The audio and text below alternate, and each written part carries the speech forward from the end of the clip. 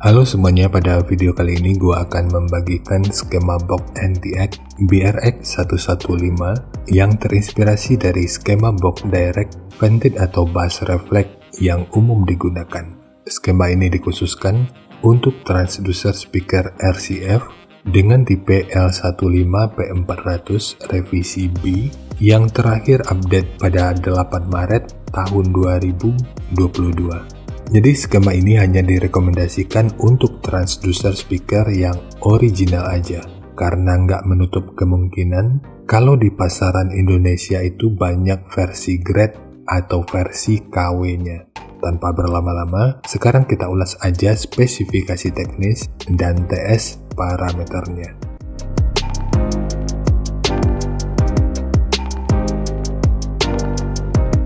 Kita mulai dari ukuran transducer speakernya.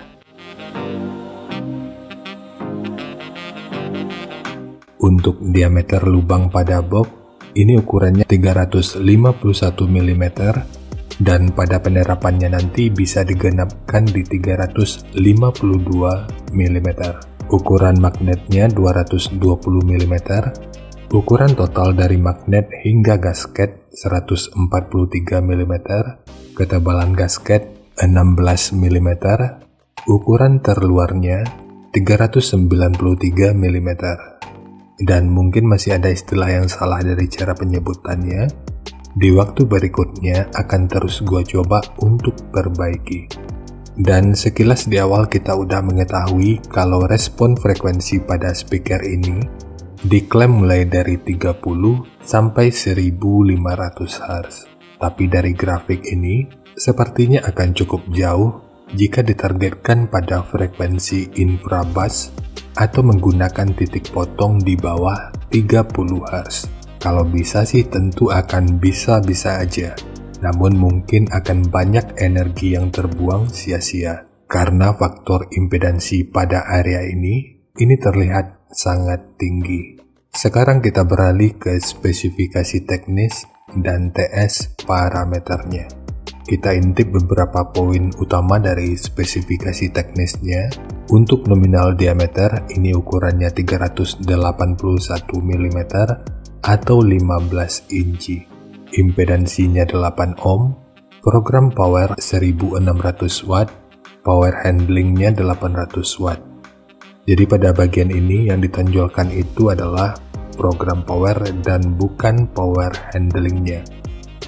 Jika lu masih ragu dengan perbedaan antara nominal power handling dengan program power ini udah pernah gua bahas pada video yang akan gua selipin di pojok kanan atas video ini, atau nanti bisa juga dicek pada kolom deskripsi.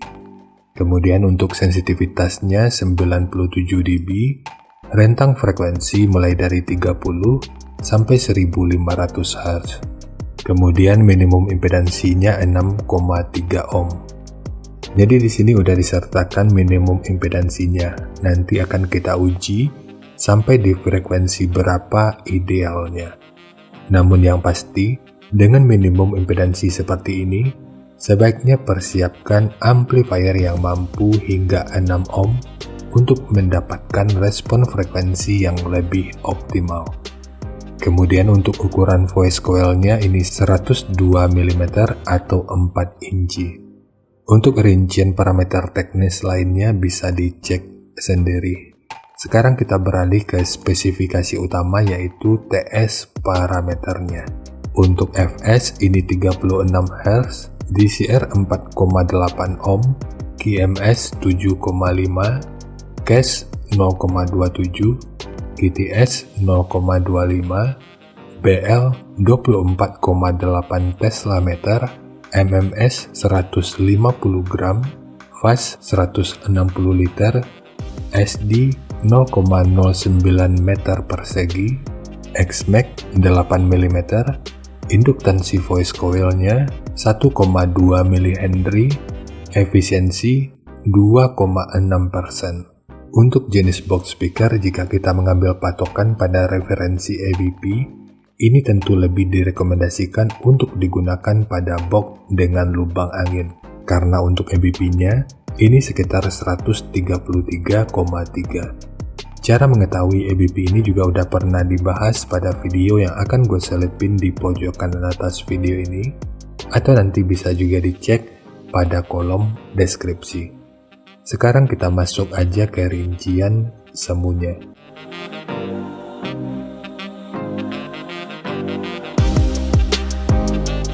Untuk rincian semu, poin yang gua gunakan di sini adalah 1100 watt pada minimum impedansi 5 ohm. Ini sebenarnya tergantung pada titik potong atas yang digunakan. Dan dari hasil penghitungan, minimum impedansinya itu memang berjalan di sekitaran 6,3 ohm. Jadi persis seperti informasi yang ada pada lembar spesifikasinya. Namun jika lu ingin impedansinya itu bisa stabil di 6 ohm, maka titik potong atasnya itu sebaiknya dibatasi pada frekuensi 220 Hz aja. Lalu rekomendasi titik potong bawahnya ini di 60 Hz dan atasnya boleh menyesuaikan. Ini sifatnya tentu nggak mengikat, jadi nanti bisa dicoba aja sesuai karakter yang diinginkan, dan untuk slope nanti juga boleh menyesuaikan. Kemudian untuk puncak SPL-nya, ini diperkirakan mencapai sekitar 129 desibel. Sampai di sini mungkin kita udah mendapatkan sedikit gambaran kalau speaker ini memang kurang untuk frekuensi bawah, namun untuk SPL sepertinya ini akan cukup baik. Jadi kalau untuk mengejar rendah, jika speakernya ini cuma 1 atau 2, ini rasanya akan cukup sulit, namun akan sangat mungkin jika menggunakan beberapa buah box. Dan jika tetap ingin memaksa lebih rendah atau tuning di sekitaran nilai fs atau mungkin respon frekuensi terendahnya, sekali lagi ini tentu bisa-bisa aja, namun tentu akan mubazir karena akan banyak energi yang terbuang sia-sia. Nanti akan gua jabarkan pada slide berikutnya. Yang perlu diingat, semua ini merupakan rincian semu, jadi bisa lebih baik atau bisa aja lebih buruk dari yang diperkirakan. Karena untuk efisiensi akhirnya itu juga akan bisa dipengaruhi oleh beberapa faktor, apakah itu kerapian dan kepresisian dari pembuatan box, kualitas bahan, hingga equipment yang digunakan. Sebelum melanjutkan, harap baca deskripsi video karena ada beberapa informasi tambahan terkait bahasan yang ada pada video ini.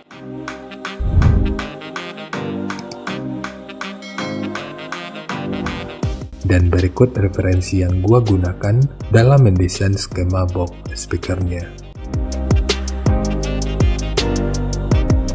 Jadi dari transfer function magnitude ini kita bisa melihat meskipun dipotong di 60 Hz, frekuensi 53 Hz ini udah bisa direspon pada minus 3 dB dan 59 Hz pada 0 dB. Dan di sini terlihat jelas kalau untuk respon frekuensi di sekitar 110 hingga 400 Hz-nya ini mengalami penurunan. Tapi hal ini tentu akan bisa tersamarkan dengan menggandakan box speakernya. Dan jika titik potong bawahnya ini dibuat lebih rendah atau sekitar 50 Hz misalnya, maka penurunannya makin ekstrim lagi. Dan dari penghitungan gua, frekuensi 60 Hz-nya juga turun di bawah 0 dB. Ini kasusnya kurang lebih samalah dengan produk lokal seperti ACR Premier. Jadi gua pikir titik potong bawah yang gua gunakan saat ini merupakan opsi yang gua pikir lebih baik. Tapi untuk percobaan nanti bisa diuji dengar aja dengan titik potong frekuensi yang lu inginkan dan bandingkan dengan titik potong frekuensi bawah dari referensi yang gua rekomendasikan. Kemudian untuk respon dari portnya, dengan daya 1100 watt, pergerakan udara pada port puncaknya diperkirakan sekitar 16,3 meter per detik. Sementara untuk gain yang dihasilkan oleh port kurang lebih seperti ini. Jadi secara teori, di sini port akan membantu dalam merespon frekuensi hingga sekitar 49 Hz pada minus 3 dB.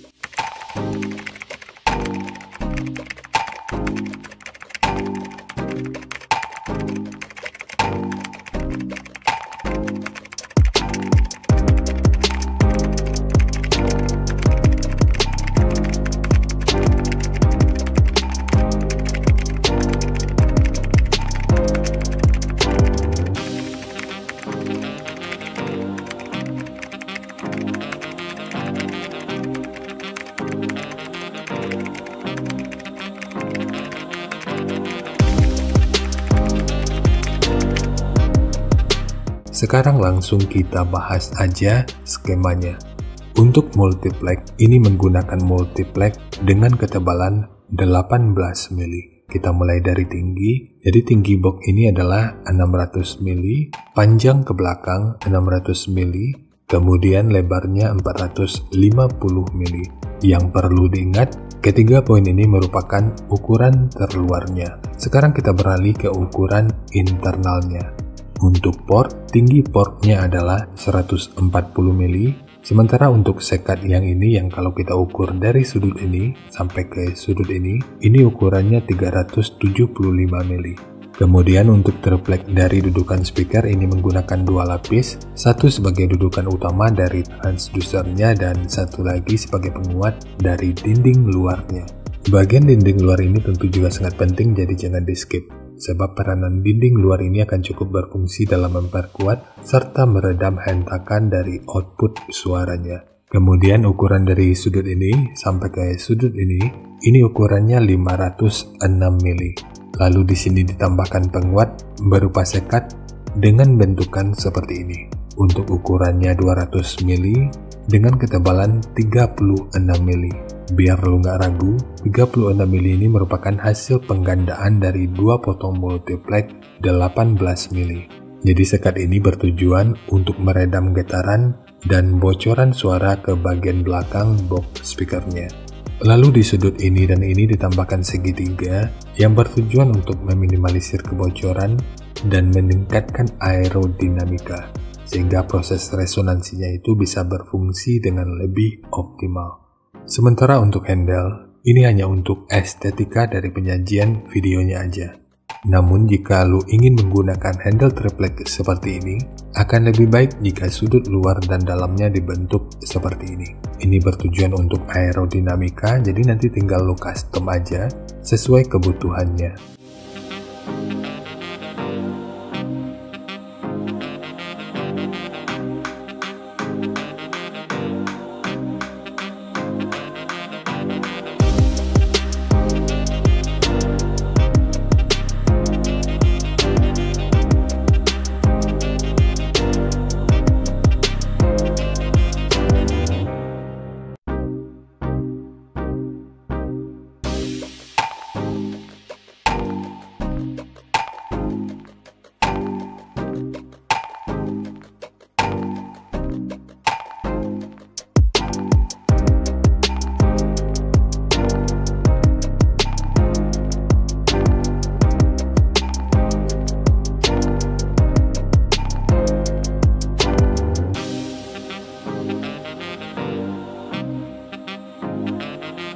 Jadi segitu aja untuk skema dari box NTX BRX115 khususnya untuk transducer speaker RCF dengan tipe L15P400.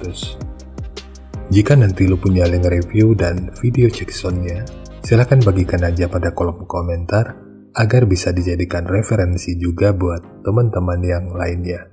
Terima kasih untuk lu yang udah nonton sampai detik ini. Bagaimana tanggapannya terhadap skema yang gua bagikan kali ini? Sampaikan aja pada kolom komentar, biar kita sama-sama bisa belajar agar lebih baik lagi. Dan seperti biasa, jika lu suka dengan bahasannya, silakan like dan share aja videonya ke teman-teman lain yang sekiranya juga suka dengan topik yang sama. Untuk lu yang udah berlangganan, terima kasih banyak atas dukungannya. Dan untuk lu yang belum berlangganan, jika berkenan bantu subscribe-nya. Jangan lupa untuk baca kolom deskripsi dan kunjungi juga tab komunitas untuk mendapatkan informasi dan update terbaru. Jadi ya segitu aja dan kita ketemu lagi pada video yang lainnya.